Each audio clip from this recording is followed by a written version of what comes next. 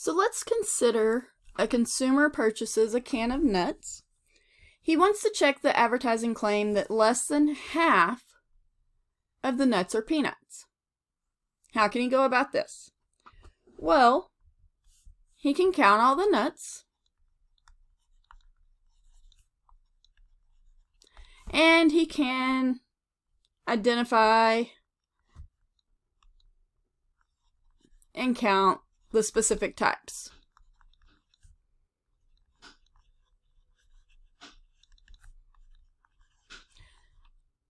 One of the issues with this, which this right here is a great example for lower grades. So if you're doing an experiment for lower grades, this would be great. Okay? But as you go up in the grades, this isn't going to be very accurate, especially if you just have one can. Because one can is not going to certify that the advertisement is correct or not. You need a random sample of cans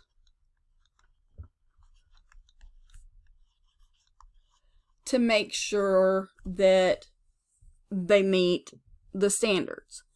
And just because one can doesn't meet the standards, as long as there is a high enough percentage of the sample of cans that do, then the consumer or the advertising company is okay. But like I said, this right here for elementary grades is perfect. Just have them count all the nuts, identify the specific nuts, see if less than half of them are peanuts. That is an experiment. Okay? When you're setting up experiments and things of that nature, there's a framework that you want to really follow, especially for the classroom. You want to formulate your questions. You want to collect your data. Then you need to analyze your data and you want to interpret your results. So formulating your questions. For any problem that you look at, you need to determine either an answer or an approach to an answer. And it's important that the problem is clarified to where you can collect meaningful data. So let's say that we're going to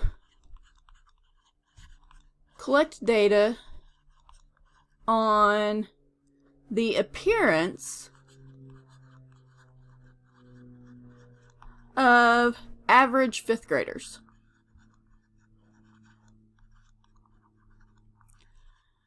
Well,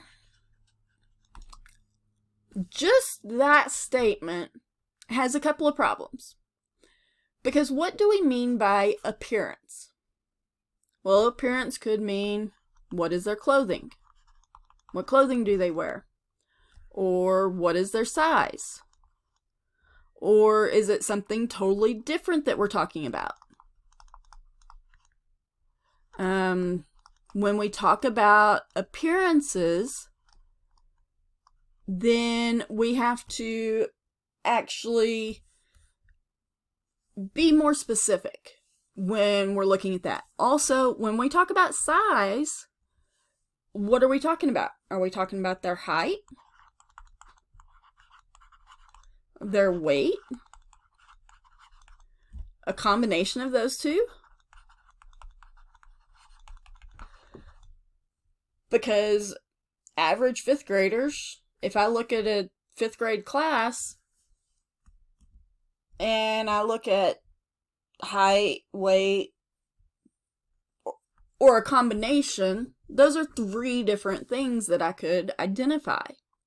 So when you're formulating those questions, you need to be careful. You also need to be careful that they're not biased. And so let's look at this example to determine if these are biased or unbiased questions. Remember earlier I kind of mentioned that you could have leading questions. So let's look at the first one. Do you think that soothing classical music is more pleasing than the loud, obnoxious pop music that teenagers listen to? Is this biased or unbiased? Well, a couple of things. Notice that it starts out, soothing classical music is more pleasing, loud, obnoxious music that teenagers listen to.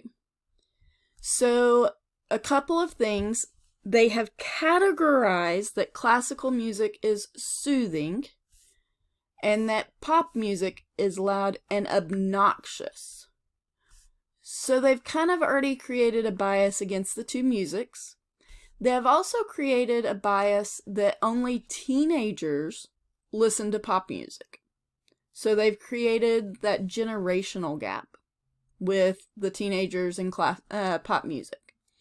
So this one does actually have a bias against the pop music.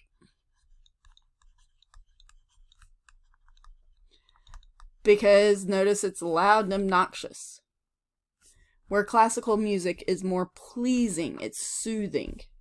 Okay? The second question, do you prefer classical music or pop music? Is there anything biased or leading you to one of those conclusions in this question? No, it's just asking classical or pop. It does not give any adjectives for classical, does not give any adjectives for pop. It does not give any age bias for either one. Therefore, this one is actually a fair and unbiased question.